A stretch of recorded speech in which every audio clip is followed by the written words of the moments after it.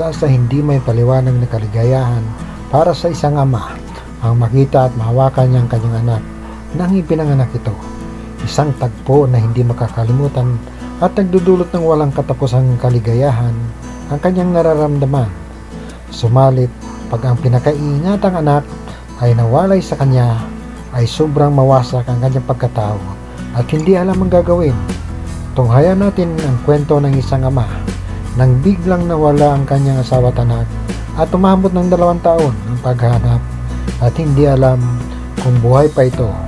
Ngunit naging gulat niya na makita ito sa pinaka hindi inaasahang lugar at pagkakataon.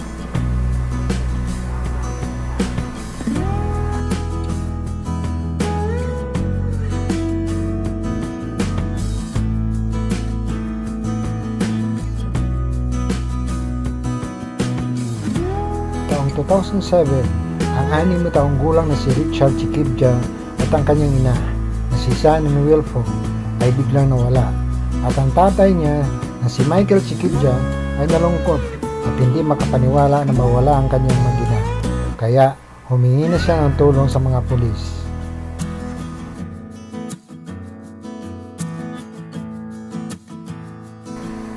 Si Michael at Shannon ay nagkita at naging isang couple ilang taon ang nakaraan bago ipinanganak si Richard. Hindi naging maganda ang pagsasama ng dalawa mula umpisa at lagi sila nag-aaway. Ilang beses din silang naghiwalay, ngunit nagkakabalikan din. At kahit hindi maganda ang kanilang pagsasama, nabuntis si Shannon at ipinanganak si Richard noong taong 2002. Ngunit hindi pa rin tumigil ang walang katapusang away ng dalawa. Pagkatapos ipinanganak ni Ricky at dahil hindi naging masaya ang kanilang pagsasama, nagdesisyon ng dalawa na maghiwalay na lang at para sa kapakanan ng bata. Mahinahon sila nagkaroon ng kasunduan para sa kustudiya ng kanilang anak. Di nagtagal, pagkatapos ng mahabang talakayan, sang-ayon sa napagkasunduan, hahatiin ni Ricky ang oras niya para sa kanyang daddy at mommy. Ayon sa batas, joint physical custody ang tawag dito, kung saan dapat parehong may karapatan ng mag-asawa o ang mag-partner na aalagaan ng personal ang kanilang anak. Sobrang mahal ni Shannon si Ricky, ngunit iba ang pinagsamaan ng mag-ama at mas nagugustuhan ni Ricky ang pag-aalaga nito sa kanya at lagi niya inaabangan ang pagkikita nilang muli. Isang mataas na opisyal sa US Army si Michael na makilala niya si Shannon at ipinadala siya sa Iraq pagkatapos ipinanganak si Ricky. Para kay Michael, hindi ito naging hadlang para magkaroon sila ng special bonding ng kanyang anak.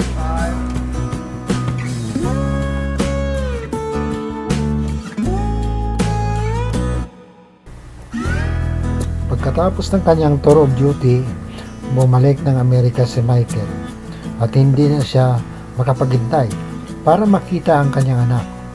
Ngunit tumanggi na si Shannon at hindi na siya pinayagan makita pa si Ricky. Idinulog ito ni Shannon sa korte para makuha ang buong kustudiya ng anak at pumayag naman si Michael na magkaroon ng petsa para sa court hearing para sa karapatan niya na bisitahin ang anak.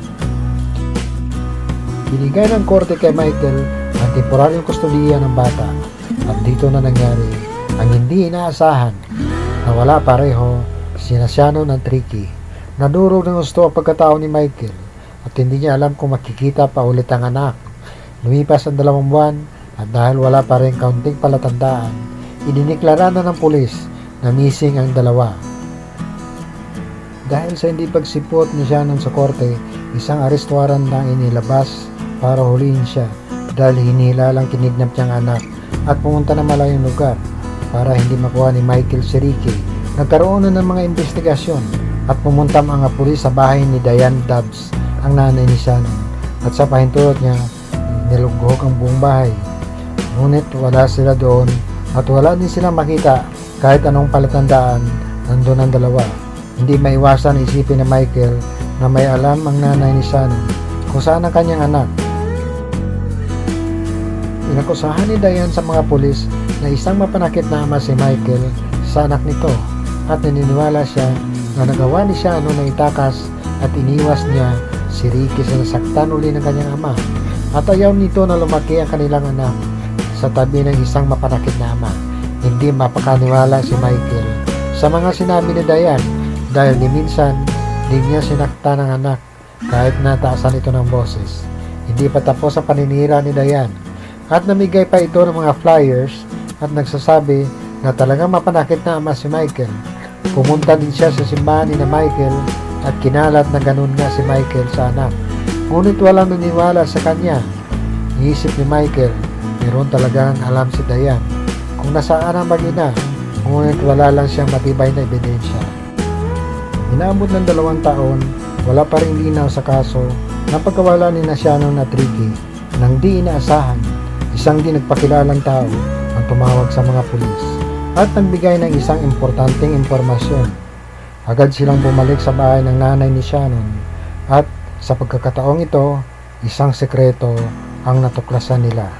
Isang dresser na nakalagay sa may dingding at nang itinabi nila ito, isang maliit na lagusan at sekretong kwarto ang nasa likod nito.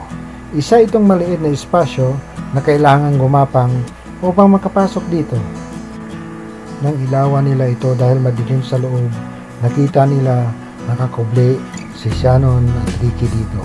Ang nakakagimbal ay hindi man lang nakakita ng liwanag si Ricky dahil hindi ito makalabas ng bahay ng lola dahil ipinasara ni Shannon ang lahat ng bintana nito para walang makakaalam kung anong nangyayari sa loob nito. Kailangan nilang gumapang sa lagusan para magtago pag may bisitang dumating. Sa 2 taon na pagkawala ni Ricky, namuhay siya sa madilim na sulok at hindi din natingnan ang kanyang kalusugan. Nanlumo ng gusto si Michael sa natuklasan dahil sa lapit lang niya sa anak, mga 3 milya lang, ngunit din niya ito nahanap. Ayon sa isang Illinois State Police, ang sekretong compartment na ito, pag inalaw mo ang isang panel o parte, ay nasa loob na ito ng pader. Hindi alam ng mga pulis kung ano ang reaksyon ni Ricky nang makawala na siya sa pagkakakulong niya. Ang nakakalungkot ayon kay Police Sergeant Stan Diggs ay ninakawan nila ng karapatan na magiging bata si Ricky. Nang pinababa nila ng kotse si Ricky ay sobrang saya nito at walang habas na tumakbo ng tumakbo sa paligid na para bang kauna-unahan niya makakita ng kulay ng mundo. Naging sabik siya at puno ng sigla, larawan ng batang na wala ng interaksyon sa mundo. Isa siyang magalang, nakikihalubilo at madaldal na bata. Hindi nila maisip paano nakayanan ng bata ang isang traumatic na pangyayaring ito.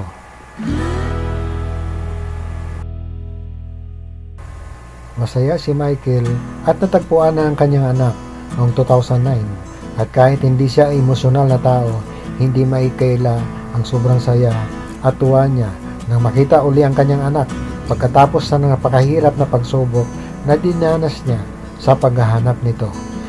Umabot na sa punto na gusto na niyang sumuko. Agad dinaresto si Shannon at Diane ng mga oras na yon at kinasuhan ng abduction at kidnapping si Shannon at si Diane naman ay obstruction at pagkikipagsabuatan. Ang paninira niya kay Michael ay napatunayang pinagtatakpan niya lang ang kanyang anak. Nang nakapagpiyansya si Diane, sinabi niya sa mga pulis na 5 minuto lang ang tinatagal ni Ricky sa secret room at malaya naman itong umiikot sa loob ng bahay at nakapag-aaral din daw ito. Napangalagaan din daw ang kalusugan nito, ngunit walang naniniwala sa kanya dahil naramdaman nila ang hirap na pinagdaanan ni Ricky sa loob ng 2 taon. Napatunayan nagkasala ang dalawa, ngunit dahil sa nakipagsunduan sila sa husgado at nag-plead guilty, nakulong lamang ng 1 buwan si Shannon at pinagmulta ng $1,500 at binigyan ng 2 taon under probation.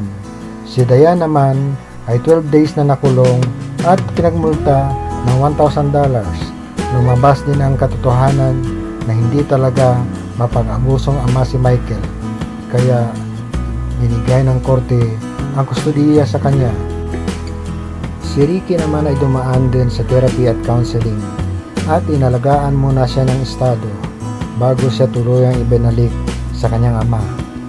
Nagretiro sa serbisyo si Michael para maalagaan at mapalaki ng maayos ang kanyang anak. Maraming salamat po mga kasabi at sinamahan ninyo akong muli. Huwag magkalimutang mag-like, mag-subscribe at pindutin ang bell para sa iba pang mga susunod nating mga tatalakayin.